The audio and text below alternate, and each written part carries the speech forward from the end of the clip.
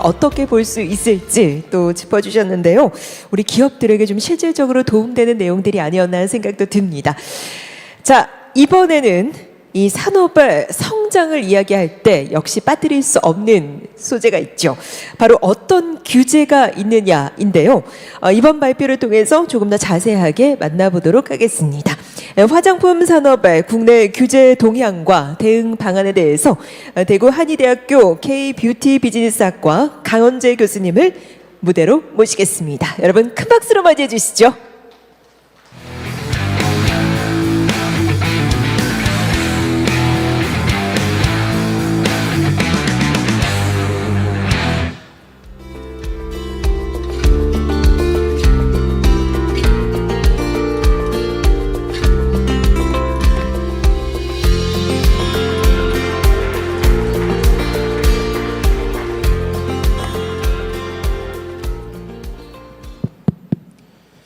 네, 인사드리겠습니다. 저는 대구 한의대학교 K-뷰티 비즈니스학과 교수를 역임하고 있는 강현재라고 합니다.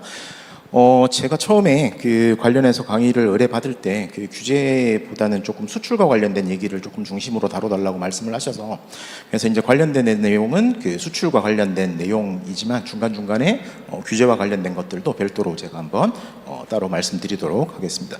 그래서 앞에서 보시는 것처럼 앞에 여러 가지 들으신 것처럼 여러 가지 산업과 관련된 현황이나 이런 것들은 충분히 이해를 하셨을 테니까 이제 그거 넘어가고요.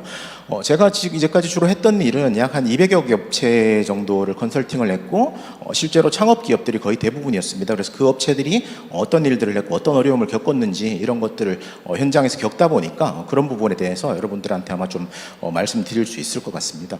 그래서 실제로 수출 같은 이 현황은 그냥 넘어가도록 하고요. 실제로 보시면 앞으로 수출 시장이라고 하는 것 자체가 기본적으로 중국 시장은 줄어들고, 그리고 미국과 유럽은 계속 성장할 거다라고 하는 것들은 모두가 공통적으로 인식하고 있는 부분입니다. 하지만 중요한 거는 뭔가 하면, 아까 첫 번째 강연에서 보셨을 때 기억하시는지 모르겠지만 실제 각 국가별로 수출 상위를 기록하고 있는 브랜드나 회사가 거의 모든 국가에서 동일하다는 것을 보실 수 있으십니다. 그래서 이 얘기는 결국은 뭔가 하면 실제 수출 시장은 계속 크고 있는 거는 맞는데, 근데 문제는 모두에게 다 열린 시장이 아니라 특정 업체, 그리고 되게 편중 현상이 심하다라고 하는 것을 이해를 반드시 하셔야 됩니다. 그래서 그 부분 같은 경우는 실제 수출과 관련된 역량을 얼마나 준비하고 있느냐에 따라서 되게 많이 갈라지고요. 그래서 우리가 보통 얘기를 할 때 21세기 들어서 속칭 말하는 자수성가, 재벌이 된 어떤 그런 케이스가 나온 산업 같은 경우는 IT와 뷰티라고 하는 산업이 유일합니다, 지금. 하지만 거기에서도 거의 대부분 같은 경우에 상장을 했거나 아니면 브랜드를 매각했거나 이 둘 중에 하나의 케이스에서만 성공하는 사례가 나왔지, 실제로 필드에서 여러 가지를 물건 제조하고 팔아가지고 성공할 수 있는 거는 되게 힘들다라고 하는 것들을 반드시 인식을 하셔야 된다는 겁니다. 그러니까 시장은 되게 커지고 있고 열려 있지만 실제로 거기에서 가지고 갈 수 있는 파이는 되게 한정적이고, 그렇기 때문에 어떻게 준비를 하느냐에 따라서 이거를 가지고 가는 게 되게 많이 달라진다라고 하는 점을 이해를 하셔야 되고요. 그래서 국내 규제를 잠깐 말씀드리면, 재작년 같은 경우에 우리가 이제 재활용 등급 표시제도 같은 게 이제 화장품과 관련돼서 되게 문제가 된 적이 있었고, 그리고 최근에 이제 가장 중심적인 규제는 뭔가 하면 결국은 화장품 효능에 대한 객관주의. 그래서 이 효능이라고 하는 것 자체를 광고하기 위해서는 반드시 거기에 대한 증거를 첨부해라라고 하는 것이 점차 확대될 거기 때문에 화장품을 하시는 분들은 그 부분에 대해서 되게 크게 신경을 쓰셔야 됩니다. 그리고 아직까지 발표는 안 됐는데 아마 내년 하반기쯤 지금 보건복지부에서 계속 밀고 있는 게 어떤 건가 하면 제조업에 있어서 CGMP 의무화라고 하는 것을 들고 나왔습니다. 그래서 아직까지 크게 이슈가 되지는 않지만 업체에서는 되게 많이 반대를 하고 있는데, 근데 미국의 모크라든지 아니면 EU의 여러 규제를 피하기 위해서는 제조 단계에서 CGMP가 의무화될 거다라고 하는 사실을 여러분들께서 반드시 인식할 필요가 있으실 것 같습니다. 그래서 2025년 수출 같은 경우는 실제로 보시는 것처럼 중국은 되게 감소를 했고 미국 유럽 신흥 시장이 되게 컸다라고 하는 것을 보실 수 있는데요. 근데 미국 유럽 신흥 시장이라고 하는 것 자체가 컸지만 아직까지도 여전히 발전할 가능성은 되게 많이 남아 있습니다. 왜냐하면 앞서 들으신 바와 같이 온라인 중심으로 지금 되게 큰 시장이기 때문에 여전히 이 시장 같은 경우는 오프라인이 되게 중심적이고, 그래서 오프라인 채널이라고 하는 것 자체를 확대했을 경우는 앞으로 훨씬 더 성장할 가능성이 가능성이 있다라고 이해를 하셔야 되고요. 그리고 원래 그 우리나라 같은 경우는 그 기능성 화장품 제도라고 하는 아주 독특한 제도였죠. 그래서 아마 내년쯤 이 제도 자체도 없어질 것 같긴 합니다, 지금.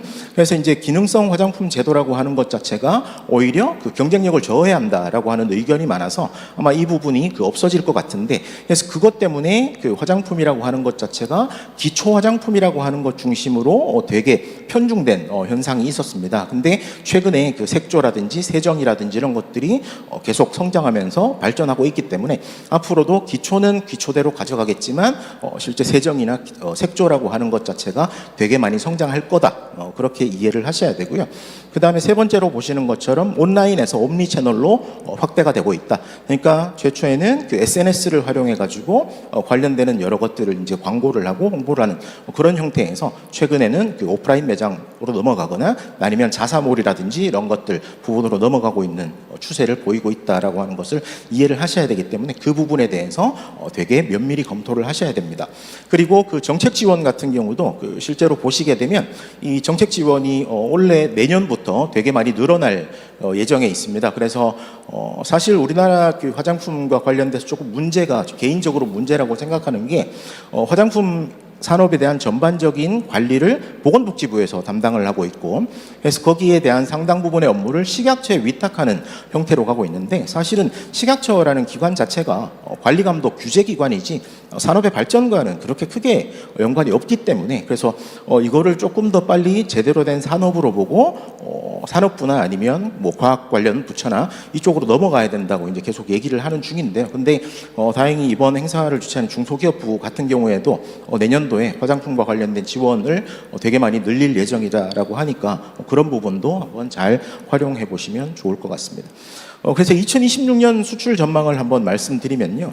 그 2026년 같은 경우도 마찬가지로 그 보건산업진흥원에서 전문가를 통해서 조사한 결과 아마 올해보다도 약 한 10에서 15% 정도 더 증가할 거다라고 하는 전망을 내놓고 있고요. 그래서 약 한 109억 달러에서 최대 120억 달러 정도까지는 성장하지 않겠느냐라고 하고 있습니다. 근데 문제는 뭔가 하면 성장을 하는 건 좋지만 이제는 그 구조나 질 방향이 되게 중요한 시점이라고 이해를 하셔야 합니다. 그러니까 그 우리나라도 마찬가지고 다른 국가도 이 화장품이라고 하는 것 자체가 결국은 완전 저가로 가든지 아니면 고품질의 고가로 가든지 시장 자체가 심각하게 양극화가 될 것이라고 모두들 예상을 하고 있습니다. 그렇기 때문에 실제 그 화장품업을 하시는 분들 같은 경우는 결정을 하셔야 되는 게 결국은 내가 이 가격을 위해서 원가 관리를 통해서 이 가격 자체를 얼마나 코스트 다운을 시키느냐가 되게 중요한 문제일 수 있고요. 혹은 이 효능과 관련해 가지고 이거를 어떻게 입증해서 내가 고품질의 제품으로 평가를 받을 수 있을 것인가, 둘 중에 하나를 선택해야 되는 시기가 분명히 올 거다라고 말씀드릴 수 있을 것 같습니다. 그래서 그 밑에 보시면 그 크게 기회와 위협으로 나눠서 두 개 정도를 보실 수가 있겠는데요. 그래서 기회라고 하는 거는 그 시장 채널 카테고리 정책 측면에서 아직도 여전하게 성장의 여지가 있다라고 이해를 하셔야 되고요. 위협 같은 경우는 말 그대로 국가별로 규제라고 하는 것 자체가 점차 더 심해지고 있기 때문에 그런 규제를 어떻게 피해갈 것인지 이런 부분에 대해서 고민을 하셔야 되고, 그리고 분명 지금은 뭐 일부 업체가 진출을 했기 때문에 그렇게는 경쟁이 심하지 않지만 결국에는 주요 시장에서 K-뷰티 업체들끼리 경쟁하는 시기가 내년에는 분명히 올 거다라고 판단이 됩니다. 그럴 경우에는 결국 가격 경쟁이라고 하는 것 자체를 피해가지 못하는 상황이 올 건데, 그럴 경우에 수익성이라고 하는 것 자체를 어떻게 갖고 갈 거냐라고 하는 부분에 대한 고민이 반드시 있으셔야 된다라고 말씀드리고 싶습니다. 그래서 기회, 첫 번째 기회는 그 앞에서도 들으셨다시피 그 미국, 유럽, 중동, 중남미, 인도 이쪽 시장이 그 계속 클 거라고 판단이 되고요. 미국, 유럽 같은 경우는 이미 성장세가 검증이 되었는데 좀 전에 말씀드린 것처럼 온라인에서 오프라인으로 점점 커지는 추세이기 때문에 시장 자체는 굉장히 더 커질 거다라고 이해를 하시는 게 맞고요. 그리고 중동, 중남미, 그 인도, 아프리카도 마찬가지입니다. 사실 그 코비드 이후에 그 중국 시장이라고 하는 것 자체가 거의 막히면서 실제 그 우리 업체들이 원래는 중국을 대체할 시장을 찾았지만, 근데 지금은 중국을 대체할 시장을 찾는 것이 아니라 수출 다변화를 해야 되는 시기이기 때문에, 그래서 중국이라고 하는 것 자체를 놓지 더라도 실제 다른 시장이 얼마나 어떤 포트폴리오를 가져가느냐라고 하는 것 자체가 수출 시장에서 대응하기가 되게 중요한 어떤 그런 상황이 될 걸로 보여집니다. 그래서 그 중소기업 입장에서는 그 모든 시장에 다 들어갈 수 없기 때문에 현실적으로 진입 가능한 한두 개 유망 지역 이런 것들을 골라가지고 거기에 어떻게 대응할 건가라고 하는 전략을 가져가는 것이 핵심이 될 수 있습니다. 그리고 채널 플랫폼 같은 경우도 그 온라인에서 오프라인 그리고 옴니 채널로 간다는 거거든요. 그래서 보시는 것처럼 원래는 그 SNS를 활용한 온라인에서 그 다음에 오프라인 갔다가 이 두 가지를 적절히 섞은 옴니 채널이라고 하는 것으로 갑니다. 그렇기 때문에 옛날에는 수출이라고 하는 것 자체가 어떤 바이어를 만나서 그 바이어한테 내 물량을 어떻게 넘길 것인가라고 하는 것이 가장 중요한 어떤 화두였다면 지금은 그게 아니라 수출이라고 하는 것 자체는 시장에 진출하기 위한 채널 조합을 어떻게 할 건가라고 하는 것이 핵심적인 부분이라고 예상할 수 있습니다. 그리고 그 트렌드 같은 경우도 여기 보시는 것처럼 뭐 기능성 스킨케어나 색조 메이크업 그리고 클린 비건 할랄 이런 것들이 되게 유행을 할 것이라고 생각이 되는데요. 그래서 이것들은 글로벌 트렌드이기 때문에 앞으로 상당 기간 이 부분이 지속될 것으로 보이고요. 대신 여기에서 확실하게 챙기셔야 되는 거는 실제 제품 종류라기보다는 소비자의 가치가 어디에 있는지 이 부분에 대해서 집중적으로 2026년에 고민을 해 보셔야 된다라고 말씀드릴 수 있습니다. 이거는 넘어가고요. 규제 같은 경우는 그 아까 말씀드린 것처럼 그 미국 같은 경우 모크라라고 하는 것이 지금 가장 중요한 이슈가 되고 있고요. 그래서 EU도 마찬가지로 여러 가지 기준 그리고 동남아 뭐 할랄 인도네시아 같은 경우 2026년부터 지금 할랄 의무화라고 하는 것이 이제 진행이 된다고 하기 때문에 근데 문제는 그 규제라고 하는 것 자체는 내가 피하고 싶다고 해서 피할 수 있는 게 아닙니다. 사실은. 그러니까 결국 뭔가 하면 이 규제라고 하는 것은 기본적인 외부 환경에 속하는 거기 때문에 거기에 대해서는 내가 뭔가 피할 수 있는 게 아니라 그냥 이거는 당연한 것이라고 생각을 하고 거기에 맞춰서 준비를 해야 되는 거거든요. 그렇기 때문에 복지부에서도 아마 그 제조시설에 대한 CGMP 의무화를 계속 밀어붙이는 이유는 뭔가 하면 여기에 대한 규제 대응이라고 하는 것 자체를 하기 위해서는 그게 필수적이다라고 판단을 하기 때문에 지금 밀어붙이는 거 같습니다. 그렇기 때문에 이제 그 부분에 대해서 되게 잘 생각을 하셔야 되고요. 그래서 특히 창업기업이나 되게 소기업 같은 경우는 어떤 부분을 신경 쓰셔야 되냐 하면 지금 그 OEM, ODM을 위탁하고 있는 제조사가 실제로 CGMP라고 하는 것 자체를 가지고 있는지 혹은 아니면 추후에 이 규제가 진행됐을 때 그 CGMP 인증을 받을 수 있는 정도의 기업인지를 반드시 챙겨보시는 게 되게 중요한 포인트가 됩니다. 그리고 그 경쟁은 뭐 되게 심해질 거라고는 아까 말씀을 드렸고요. 그래서 우리끼리만 싸우는 게 아니라 이제 치고 올라오는 C뷰티라든지 세계 최고 브랜드들과 경쟁을 해야 되는 시기입니다. 이제 그래서 이런 부분도 되게 중요해 보이고요. 그리고 그 수익성과 관련된 부분도 되게 많이 생각을 하셔야 되는데 이따 뒤에 다시 한번 말씀드리겠지만 한 200여 개 업체 컨설팅을 했을 때 실제로 제가 원가 계산이라고 하는 것 자체를 제대로 하고 있는 업체를 본 적이 없습니다. 사실 원가 계산이라고 하는 것 자체가 안 되면 제품의 단가라고 하는 것 자체도 되게 임의적으로 정할 수밖에 없고 그럴 경우에 수익성이라고 하는 것 자체가 나오는 게 불가능하지만 여전히 대부분의 회사들이 이 원가라고 하는 데에 대한 개념이 없으신 것 같아서 그래서 이런 부분에 대해서는 되게 정밀하게 챙기셔야 됩니다. 왜냐하면 제가 앞에서 말씀드린 것 같이 이제는 가격 경쟁이라고 하는 것 자체를 해야 되는 시기가 왔기 때문입니다. 그래서 그 기회는 크지만 2026년 시장 같은 경우는 결국은 아무나 그 시장에 들어갈 수 있는 게 아니라 실제로 준비된 기업만이 그 과실을 가져가는 구조가 될 거고요. 그래서 이렇기 위해서 그 앞으로 어떻게 대응을 해야 되는지에 대해 한번 말씀드리도록 하겠습니다. 그래서 그 제가 대응 전략이라고 하는 것 자체는 여기 한 5가지 정도를 제시를 했는데요. 근데 그 이 5가지를 전부 다 잘할 수는 없습니다. 대신에 중요한 거는 지금 하시고 있는 사업체 혹은 기업에서 이 5가지에 대해서 적어도 우리가 내놓을 해답은 뭔가라고 하는 것 정도는 충분히 가져가셔야 된다라고 하는 게 되게 중요합니다. 그래서 첫 번째로 보시면 아마 이런 작업들도 거의 안 하시는 것 같은데 그래프를 잠깐 그려보면 그냥 XY 축으로 나누고 나 혹은 내가 들어가야 될 시장 혹은 내 경쟁자가 어느 위치에 있는지만 파악이 되더라도 실제 내가 들어가야 될 시장과 그렇지 않을 시장이라고 하는 것 자체로 구분이 가능합니다. 되게 단순한 작업 같아 보이지만 실제로 아주 중요한 작업이고요. 그래서 결국 여기에다가 올려보면 우리가 지금 파고 있는 시장이 너무 경쟁이 심하고 어려운 시장이 아닌지, 혹은 나는 아직까지 준비가 안 됐는데 그냥 성장성만 있다고 해서 그 시장에 들어가려고 하는 게 아닌지에 대해서 되게 심각하게 고민을 해 보셔야 합니다. 그리고 보통 보면 이것도 잘 안 하시는데, 그러니까 수출 시장을 볼 때 그냥 단 한 군계 국가 또는 한두 명의 바이어랑 상담을 하시는 게 아니라 핵심 시장, 성장 시장, 테스트 시장 이렇게 세 개를 갈라가지고 이 세 개 시장에 대해서 내가 어떤 전략을 구사할 건가. 그러니까 예를 들어서 각 시장별로 내가 갖고 있는 예산이 있다면 그 예산을 어떻게 배분할 건지, 인력은 어떻게 배분할 건지, 역량은 어떻게 나눌 건지 이런 것들에 대한 고민이 필요하시거든요. 그래서 이 부분도 한번 잘 고민을 해보셔야 돼요. 그렇기 때문에 각 목표별로 예산이나 파트너 전략 이런 것들을 되게 세밀하게 조금 한번 놓아 보시는 게 어떨까라고 말씀드릴 수 있을 것 같습니다. 그리고 채널 같은 경우는 B2B, B2C 그리고 B2B2C 이렇게 되어 있는데 각각 거기 적어놓은 것처럼 장단점이 있습니다. 그래서 B2B 같은 경우는 물량이라고 하는 것 자체가 확보되기는 되게 좋지만 마진이나 이런 것들이 되게 박하거든요.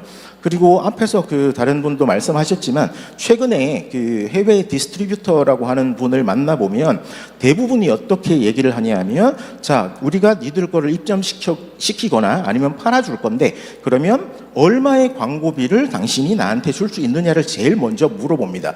그러니까 기본적으로 돈이라는 실탄이라고 하는 것 자체가 없으면 해외에 나가기도 되게 힘든 구조가 점점점 심해집니다. 이게 또 보면 특히 우리나라 업체들끼리 경쟁이 되게 심해가지고 특히 디스트리뷰터 같은 경우도 광고비나 마케팅비를 많이 집행해주는 회사 제품을 밀고 그렇지 않은 회사는 되게 등한시하는 결과를 되게 많이 보거든요. 그래서 그런 부분이 중요하기 때문에 이런 것과 관련된 것도 여러분들이 예산을 얼마를 배정할 건지, 어떤 유통 채널을 선택할 건지, 그러니까 내가 예산이 있는지 없는지 얼마 정도 되는지에 따라 가지고 선택해야 되는 거는 달라지겠지만 반드시 챙겨 보셔야 될 것 같고요. 그리고 아까 말씀드린 것처럼 시장 자체는 결국 온라인에서 오프라인 그리고 이 세 개 다 같이 합쳐진 옴니 채널로 갈 수밖에 없다. 근데 문제는 첫 번부터 세 번째 단계로 갈 수는 없습니다. 그렇기 때문에 각각의 단계를 어떻게 거칠 건지, 그리고 저 부분에서 어떤 부분을 조금 더 집중할 건지, 결국 이것도 예산과 인력이라고 하는 이 두 가지의 문제거든요. 그래서 그런 것들을 어떻게 적절하게 배분할 것인지에 대해서 고민하셔야 합니다. 그리고 또 컨셉이죠. 화장품이라고 하는 것 자체는 사실은 컨셉, 내가 가지고 있는 컨셉이라고 하는 것 자체가 어떤 것인가에 대한 정의가 필요한데, 근데 반드시 아셔야 될 거는 뭔가 하면 제품 자체의 컨셉이 아니라 이 제품의 컨셉은 기업의 철학 그리고 경영자의 경영 철학까지도 전부 다 연계되었을 때 효과가 있다라고 하는 것을 아셔야 합니다. 그렇기 때문에 기본적으로 잘 팔릴 물건이라고 하는 것 자체를 만드는 것도 되게 중요하지만 실제 그것보다는 내가 가지고 있는 기업의 어떤 가치 그리고 경영자의 경영 철학과 그 제품의 그런 철학들이 어떻게 담겨 나올지, 이게 되게 이론적으로 카테고리가 구성되지 않으면 실제로 바이어들은 흥미를 갖지 못한다는데 그 문제가 있기 때문에 이런 부분에 대한 어떤 전략이라든지 아니면 여러 가지 것들을 잘 준비를 하셔야 될 것 같습니다. 요거는 그냥 넘어가고요.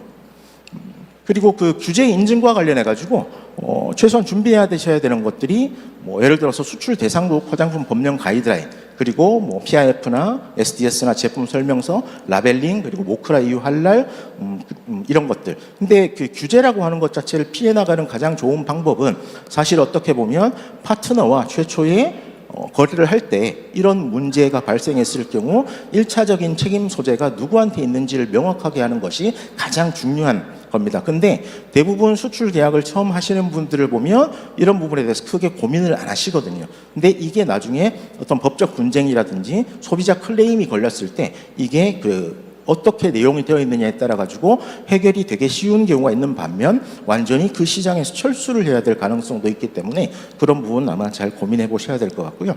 그래서 규제라고 하는 것 자체는 나중에 고치는 것이 아니라 제품 설계 초기부터 반드시 고려해야 되는 요소다. 그렇게 판단이 됩니다.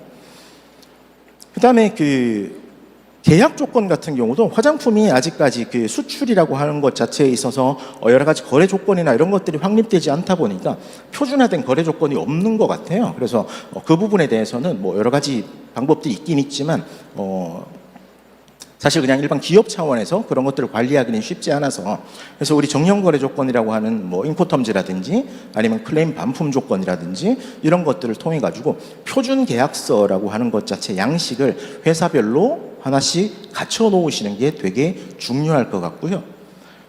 그다음에 실제 데이터라고 하는 것 자체 관리를 되게 잘 하셔야 됩니다. 그래서 이 데이터라고 하는 거는 앞서 다른 분도 말씀하신 것처럼 제품의 정보라든지 제조라든지 이런 것들과 관련된 데이터도 되게 중요하지만 근데 그보다 훨씬 더 중요한 거는 매출, 마진, 그다음 여기에서 광고에 따른 비용, 그다음에 뭐 예를 들어서 투자 대비 순이익률 이런 것들이 거창하진 않아도 엑셀 파일 하나 정도는 가지고 있으셔야 해서 단가 싸움을 할 수 있는 무기가 될 수 있는 거거든요.